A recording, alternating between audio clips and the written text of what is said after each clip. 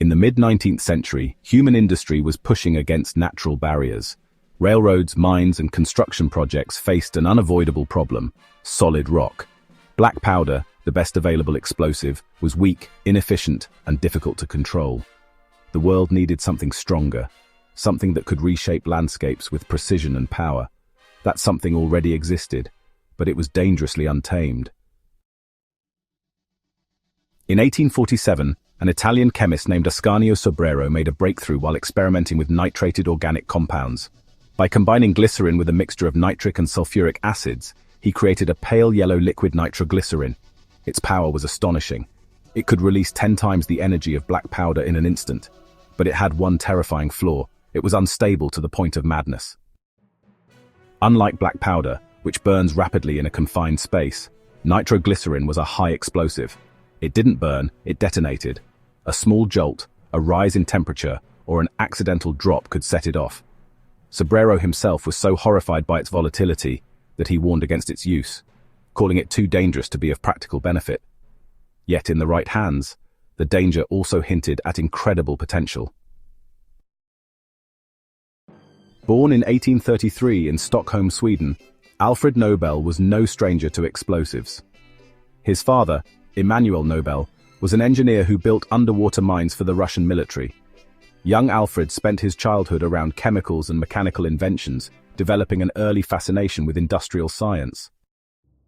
By the 1860s, the younger Nobel had turned his attention to nitroglycerin. Where others saw only chaos, he saw an opportunity to control its immense power. If he could find a way to stabilize nitroglycerin without weakening it, it could revolutionize mining, tunneling, and construction. But success would come at a terrible cost. Nobel set up a small factory in Stockholm, where he and his team conducted experiments to make nitroglycerin safer. But even the slightest miscalculation could mean disaster. In 1864, tragedy struck. A devastating explosion tore through the Nobel family workshop, killing Alfred's younger brother Emil and several workers. The blast was so powerful that authorities immediately banned further nitroglycerin experiments within the city. Many would have abandoned the work entirely, but Nobel was undeterred. He moved his research to a barge floating on Lake Mälaren, away from prying officials and populated areas. There, surrounded by water to absorb potential blasts, he continued his experiments. Nobel understood that nitroglycerin's instability came from its sensitivity to shock and movement. He needed a way to keep it chemically active, yet physically restrained, to separate its potential energy from its volatility.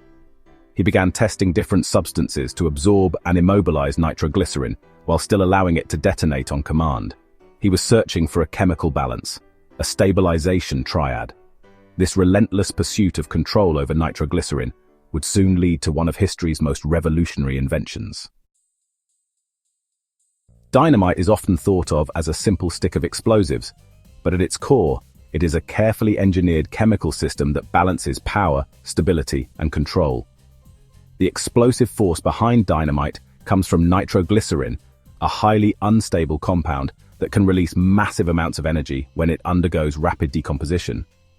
However, pure nitroglycerin is so sensitive that even a small jolt or temperature change can set it off, making it dangerous to store, transport, or use. The invention of dynamite solved this problem by introducing a system that stabilized nitroglycerin without reducing its explosive potential. The key to dynamite's stability lies in diatomaceous earth, a fine, porous material that absorbs the nitroglycerin and holds it in place. This simple yet crucial addition prevents nitroglycerin molecules from moving freely, making the mixture far less sensitive to shock. With nitroglycerin immobilized, the risk of accidental detonation is greatly reduced, but another issue remains. Over time, nitroglycerin can still seep out of its absorbent material, a problem known as sweating. To counter this, dynamite contains binding agents, such as alkali compounds, cellulose, or wax, which keep the mixture structurally cohesive. These agents ensure that nitroglycerin remains evenly distributed within the stick, preventing leaks and maintaining its effectiveness over long periods. Despite its stability, dynamite does not lose any of its explosive power. When it is time to detonate, a blasting cap is inserted into one end of the stick. The blasting cap contains a smaller, highly sensitive explosive, such as mercury fulminate, which is much easier to trigger than the dynamite itself. When the blasting cap is ignited, either by a fuse or an electrical charge, it produces a small but intense explosion. This sudden burst of energy sends a powerful shock wave into the dynamite, breaking the molecular bonds of the nitroglycerin and setting off a chain reaction. Within microseconds, the nitroglycerin decomposes into hot gases, expanding at thousands of meters per second. This violent expansion creates a high-pressure shockwave that shatters rock, metal, or any surrounding material. The success of dynamite lies in this carefully controlled balance. The stabilizing materials allow it to be handled safely, but once properly initiated, the explosive energy is unleashed in a predictable and directed manner. This combination of stability and power made dynamite one of the most important tools of industrial progress, revolutionizing mining, construction, and engineering. By transforming nitroglycerin from a dangerous liquid into a manageable solid, dynamite ensured that the immense power of chemical energy could be safely harnessed for human use.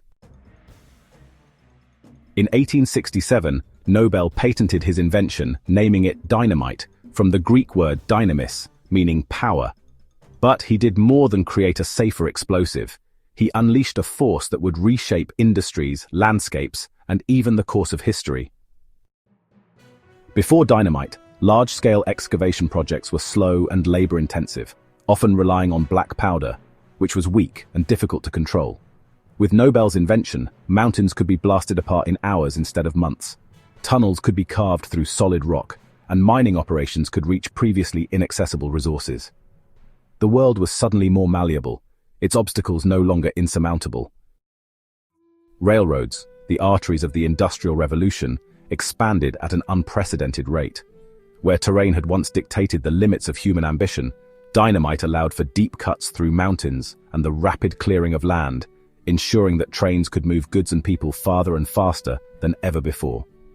Major infrastructure projects that once seemed impossible, like the Gotthard Tunnel in Switzerland and the Panama Canal, became realities, forever altering trade, travel, and geopolitics. In mines across the world, dynamite made it possible to extract coal, gold, and iron ore on an industrial scale, fueling the factories and steelworks that powered modern economies. But as with many technological breakthroughs, dynamite's power was not confined to peaceful progress. The same force that could move mountains also found its way into battlefields and acts of political violence. Armies quickly recognized its potential for demolition and artillery, and by the late 19th century, dynamite had become a tool of war. It was also adopted by revolutionary groups and anarchists, who saw in it a weapon against oppression. Assassinations, bombings, and acts of sabotage spread across Europe and the Americas, carried out by those who sought to wield dynamite's explosive power for political ends. Nobel, aware of how his invention had been used for destruction, grew increasingly disillusioned. When a premature obituary mistakenly labeled him the Merchant of Death after his brother's passing, he was shaken by the realization that his legacy might be defined not by innovation, but by violence. Seeking to leave behind something greater than explosives, he dedicated his fortune to the establishment of the Nobel Prizes, including the Nobel Peace Prize, ensuring that those who advanced knowledge and humanity would be remembered alongside those who had wielded dynamite. In the end, dynamite was not just an invention, it was a turning point.